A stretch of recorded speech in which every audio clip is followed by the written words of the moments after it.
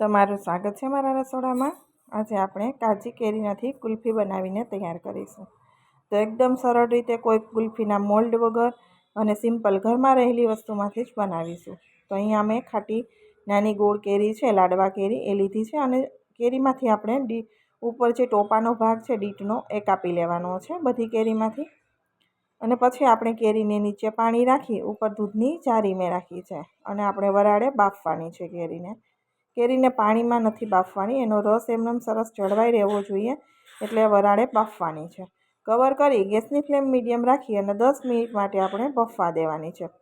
10 minute પછી ઢાંકણ હટાવી દેશો ને કેરીનો કલર બદલી જશે, કેરી ફૂલી જશે અને ચપ્પુ ડીપ કરીને ચેક કરી લેવાનું। જો તમને થોડી કાચી જણાય તો ફરી 5 મિનિટ માટે રાખવાની, પરંતુ કેરીને બફાતા બિલકુલ સમય લાગતો નથી, ફટાફટ એ બફાઈને તૈયાર થઈ જાય છે। હવે કેરી ઠંડી થાય એટલે એની છાલ છે એ ઓટોમેટિક નીકળી જશે, ફટાફટ રિમૂવ થઈ જશે અને જેટલો પલ્પ એમાં ચોટેલો હોય એ બધો ચપ્પુ કે ચમચીથી આપણે ખેંચી લેવાનો છે આ રીતે, એટલે સરસ મજાનો એનો બધો પલ્પ અલગ થઈ જશે। તો કેરીમાંથી તમે આ રીતે શરબત પણ બનાવી શકાય, સિરપ બનાવી અને એને સ્ટોર કરીને ફ્રીજમાં બાટલો ભરીને રાખી દો તો પણ કાચી કેરીનું શરબત આખું વરસ તમે વાપરી શકાય। અને ગુલ્ફી તમે આ રીતે ઘરે બનાવીને એન્જોય કરી શકો છો। બધો પલ્પ અહીંયા રિમૂવ થઈ ગયો છે। હવે એને મિક્સરના જારની અંદર નાખી દઈશું। તો કેરી ખટાશ કેટલી છે એના ઉપર ખાંડ તમારે લેવાની છે અને કપ હું તમને બતાવીશ આગળ કે કેટલા કપ છે અને કેટલી કુલ્ફી બનીને તૈયાર થઈ છે। અડધા કપની પલ્પની સામે અડધો કપ પાણી નાખ્યું છે। ફ્લેવર માટે ફુદીનાના પાન નાખ્યા છે, બિલકુલ ઓપ્શનલ છે, તમે બીજી કોઈ ફ્લેવર પણ નાખી શકાય। સાથે સંચળ થોડુંક નાખ્યું છે અને ગળપણ માટે 1/4 કપ ખાંડ નાખી છે, અથવા તો સાકર પણ તમે લઈ શકો। હવે ગુલ્ફીનો કલર એકદમ લીલો આવે એટલા માટે ચપટી ફૂડ કલર આપણે એની અંદર નાખી અને ફરી પીસી લઈશું।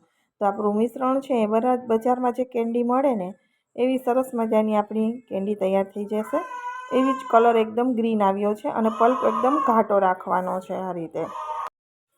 તો અહીંયા આપણું પરફેક્ટ મિશ્રણ તૈયાર થઈ ગયું છે। એકદમ પાતળું નથી રાખવાનું, જેટલું ઘાટું થોડું હોય તો આપણે કુલ્ફી ખાવામાં મજા આવે, એટલે થોડું આ રીતે થિકનેસવાળું રાખવાનું છે। તમે જોઈ શકો છો ઘાટું છે। હવે આપણે કોઈ મોલ્ડ લેવાનો નથી। ચાની પ્યાલીઓ જે ઘરમાં આપણે બધાના ઘરમાં હોય જ, કેમ કે આપણે કોઈના કોઈ પ્રસંગોપાત અથવા તો ખેતરમાં મજૂરને પાવા પણ આપણે ચાની પ્યાલી લાવતા હોઈએ।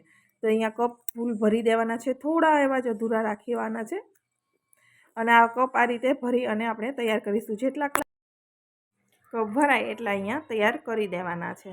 તો અહીંયા 4 થી 5 કપ મેં તૈયાર કર્યા છે અને હવે આપણે એની ઉપરનો સરફેસનો ભાગ છે એમાં સિલ્વર ફોઇલ આ રીતે દબાવી અને ઉપર સેજ કાણું કરી એની અંદર જે કુલ્ફીની સ્ટીપ આવે છે એ અંદર જવા દેવાની।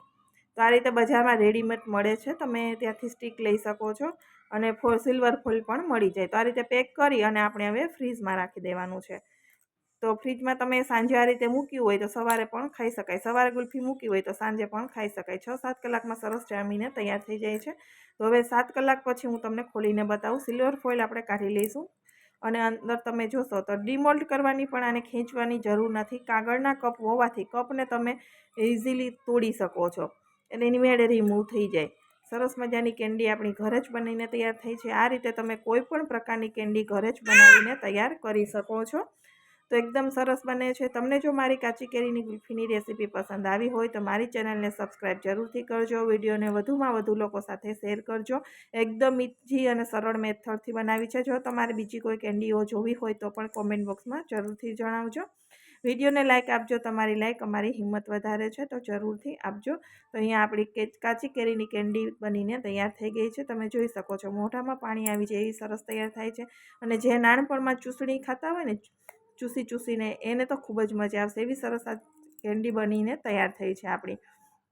કાચી કેરીમાંથી છે પણ સ્વાદ ખૂબ સરસ છે।